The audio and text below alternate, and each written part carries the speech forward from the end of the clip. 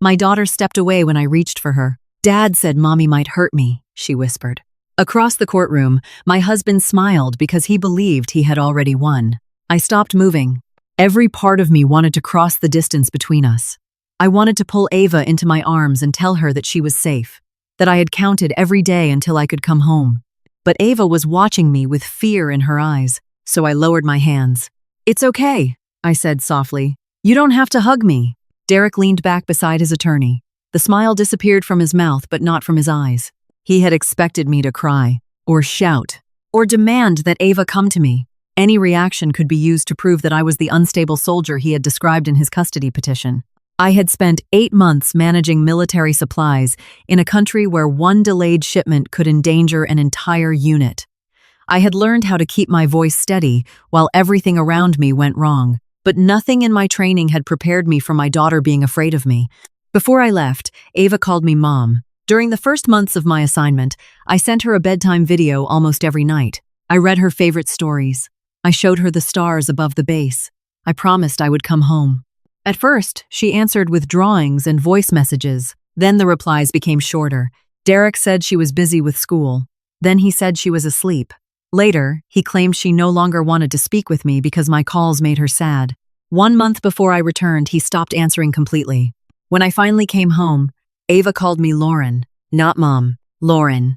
I believed she was angry because I had left. I did not know Derek had spent 8 months teaching her that I had chosen the army over her. His attorney stood. Captain Mitchell expects to return after 8 months and remove Ava from the only stable home she has known. He presented a report from Ava's therapist. It said she feared I might lose control. An email from her teacher said Ava became anxious whenever someone mentioned my return. Then came Derek's emergency custody request. It claimed I suffered from untreated combat trauma. I spent 8 months helping Ava feel safe, Derek testified. Lauren came home expecting to take her as if nothing had happened. He looked toward me. "I'm not trying to punish my wife. I'm protecting our daughter." He sounded gentle, reasonable, devoted. That was the version of Derek other people believed. My attorney, Morgan Reyes, touched my arm before I could speak. Then she stood. "We request Captain Mitchell's complete military medical record, an independent psychological evaluation, and the communication records from the family support application used during her assignment." Derek's attorney objected. Morgan continued. "We also request that Ava be interviewed without her father in the room." Derek reacted immediately. "No." The word came out too quickly. The judge looked at him. "Why not? She's already frightened. Separating her from me will make it worse. Or it will allow her to speak freely," Morgan said.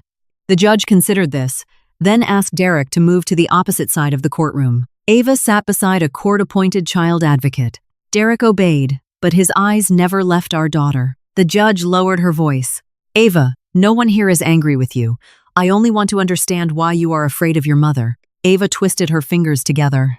"Mommy has combat episodes." The courtroom became still. "What happens during a combat episode?" the judge asked.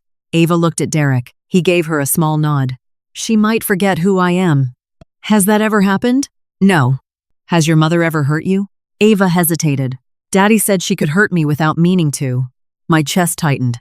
The phrases did not sound like my daughter. They sounded memorized. The judge seemed to notice the same thing. "What does the word combat mean, Ava?" Ava stared at the floor. "I don't know. What is an episode?" "I don't know." The judge leaned forward. "Then who taught you to say combat episode?" Ava looked at me. For one desperate second, I thought she might repeat another sentence Derek had given her. Then she turned. She raised one trembling hand and pointed directly at her father. "Daddy did." Derek's face changed. The confidence vanished. "Ava is confused," he said quickly. "She doesn't understand the question." The judge struck her gavel. "You will remain silent, Mr. Mitchell." Ava's eyes filled with tears. "He says we have to practice every night." The judge's expression hardened. "Practice what?" "The truth game. What happens when you give the right answer?" Ava looked at Derek one final time. This time, he could not guide her. "He gives me a gold star every time I say it right." The courtroom went silent. Derek stood so quickly that his chair struck the wall behind him. "She's confused," he said. "Seeing Lauren again has overwhelmed her." The judge turned toward him. "Mr. Mitchell, you were instructed to remain silent, but she doesn't understand what she's saying. That will be enough." Ava flinched at the sharpness in his voice. The judge noticed. She ordered a private interview in the courthouse's child consultation room. Only the judge, Ava's court-appointed advocate, and an independent child psychologist would be present. Derek and I watched through a video monitor. Neither of us could speak to Ava. For the first time in months, my daughter was in a room where her father could not correct her answers. The psychologist placed crayons and paper on the table. Ava, can you tell us about the gold stars? Ava selected a yellow crayon. Daddy made a game. What was the game called? Remember the truth. What did you have to remember? Ava began drawing small stars. Who left me to go to the army? Who keeps me safe? What mommy might do when she comes home? What did your father say your mother might do? She might have a combat episode. She might forget me. She might hurt me by accident.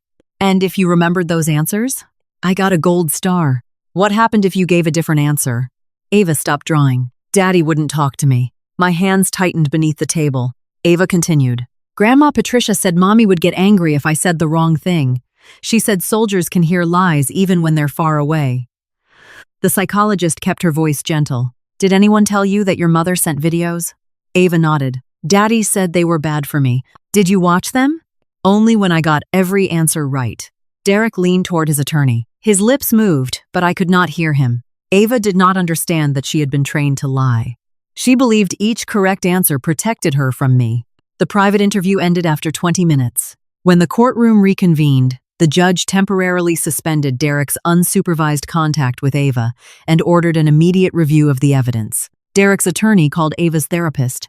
Until that moment, her report had been his strongest weapon. The therapist testified that Ava showed anxiety whenever my name was mentioned.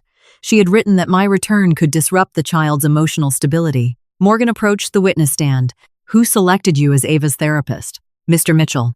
Who paid for every session? Mr. Mitchell. Was he present during the sessions? Most of them. Did you ever interview Captain Mitchell? No. Did you review her military medical records? No. Then on what basis did you write that Captain Mitchell might suffer from combat episodes? The therapist hesitated. Derek told me Ava had used that phrase. Morgan opened a file. This email was sent by Derek 3 days before Ava's first session. In it, he warns you that his wife may suffer what he calls combat episodes. She placed the email on the evidence screen. Is that the first documented appearance of the phrase?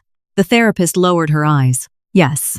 The report did not prove that Ava feared me. It proved that Derek had told a therapist she should. Morgan then introduced records from the military family communication application. I had sent Ava 53 bedtime videos during my assignment. Derek claimed only 6 had arrived. The server records showed the truth. Every video reached the family account. Derek opened them using the parent login, moved most into a hidden folder, and removed them from Ava's tablet. But hiding the videos was not enough. He had also edited one. Morgan played the original first. My face appeared on the courtroom screen. I was sitting outside the logistics office beneath a dark sky. Ava, I know being apart is hard, but I would never hurt you. I love you, and I will always come home. Then Morgan played the version found on Ava's tablet. My voice said only, hurt you. The words repeated, hurt you. Hurt you. Derek had removed everything surrounding them. He played the distorted clip for Ava and told her it proved something was wrong with me. I looked at him across the courtroom. He no longer looked like a protective father. He looked like a man calculating how much evidence remained hidden. The judge ordered Ava's court representative to inspect Derek's home. The hearing reconvened 2 days later. The representative carried a large paper calendar into the courtroom. It had been hanging in Ava's bedroom. The front was covered in gold stars. The back of every star contained a sentence in Derek's handwriting. Mommy chose the army. Mommy has combat episodes. Mommy might hurt me. Daddy keeps me safe. There were 42 stars.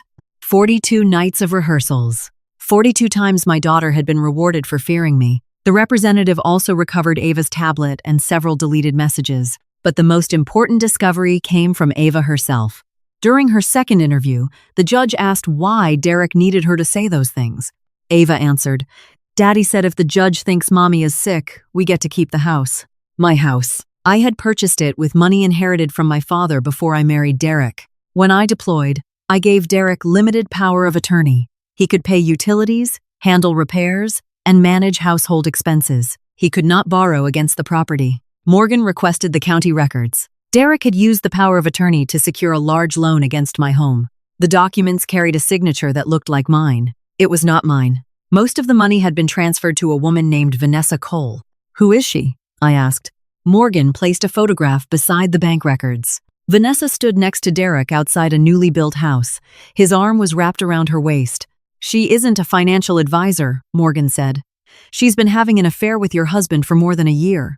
Derek and Vanessa had used my money to place a deposit on another property. Their closing date was scheduled for 2 weeks after the custody hearing. They planned to move there with Ava once the court declared me mentally unstable. Derek had not taught my daughter to fear me because he believed I was dangerous. He taught her to fear me because I was the only person who could expose him. Derek changed his story before the next hearing began. He claimed Patricia had manipulated everyone. My mother was terrified Lauren would take Ava away, he said. She created the Gold Star game. She blocked the videos. She convinced me that filing for full custody was the only way to protect my daughter. Patricia rose from her seat. You came to me, she snapped. You said Lauren would discover the loan the moment she returned. Derek's attorney tried to silence her. She ignored him. You gave me the sentences Ava had to memorize. You told me to monitor every call. You promised I could live with you after you took Lauren's house. The judge ordered both of them to sit down. For 8 months, Derek and Patricia had worked together to control Ava. Now they were turning on each other because neither wanted to face the consequences. Morgan stood. Your Honor, there is one final recording. The court representative had recovered it from Ava's tablet. Derek had deleted the file, but the family application automatically stored a backup. His voice filled the courtroom. Once the judge declares Lauren unstable, the loan becomes her problem. Vanessa and I will already be gone. Patricia answered. What happens if Lauren proves you forged her signature? She won't. Ava's fear will be enough. No judge will trust a soldier with combat trauma over her own frightened child. The recording ended. Derek stared at the table. The evidence connected everything. The hidden videos, the gold stars, the false claims about my mental health, the forged power of attorney, the loan against my house, the affair with Vanessa. Derek had turned our daughter into evidence for a lie designed to steal my home. The judge asked Ava to return to the child consultation room. She appeared on the monitor beside the independent psychologist. Ava, the judge said gently, I need to know where you feel safest. Do you want to live with your mother or your father? Before Ava could answer, I stood.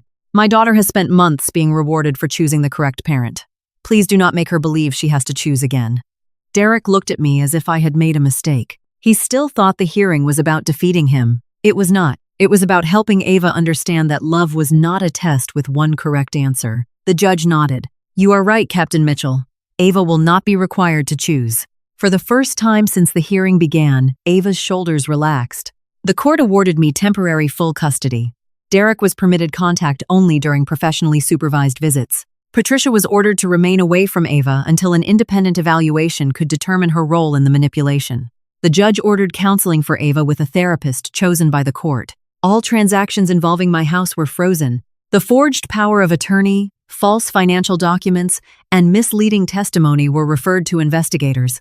My military medical records showed no diagnosis that made me dangerous to myself or my daughter. Derek had built his case around an illness I did not have. The judge looked directly at him. You did not protect this child from her mother. You taught her to fear the person she needed most. Derek finally looked at me. For years, he had used apologies to pull me back whenever I came close to leaving. This time, his expression did nothing. After the hearing, Ava stood in the courthouse hallway with the psychologist. I did not run toward her. I did not reach for her as I had that first morning. I stopped several steps away and lowered myself to one knee. May I hug you? Ava looked at the psychologist. Then she looked at me. For a moment, neither of us moved. Then Ava stepped forward. She wrapped both arms around my neck. I held her carefully, allowing her to decide how close she wanted to be. You don't have to say anything, I whispered. Dad said you would take me away. I am taking you home, but we will decide everything else together. Several months passed before Ava stopped watching my hands whenever I entered a room. Trust did not return in one dramatic moment. We rebuilt it through ordinary things. Breakfast before school, homework at the kitchen table, nightlights left on, promises kept. One evening, we opened the hidden folder on her tablet and watched the videos Derek had taken from her. On the screen, I sat beneath a foreign sky. I love you, the woman in the video said. I will always come home. Ava leaned against me. Why didn't Dad let me see these? I did not tell her that her father was evil. She would have to understand his choices in her own time. Because sometimes adults become so afraid of losing control that they hurt the people they claim to love. Ava brought the gold star calendar from her bedroom. Together, we removed every star. Mommy chose the army. Mommy has combat episodes. Mommy might hurt me. Daddy keeps me safe. Ava tore each sentence in half. One gold star remained. She carried it to the refrigerator and pressed it onto a photograph of us standing outside her school. "What is that one for?" I asked. "For telling the truth. This time, no one had rewarded her for repeating the correct words. The star belonged to Ava because she had chosen her own.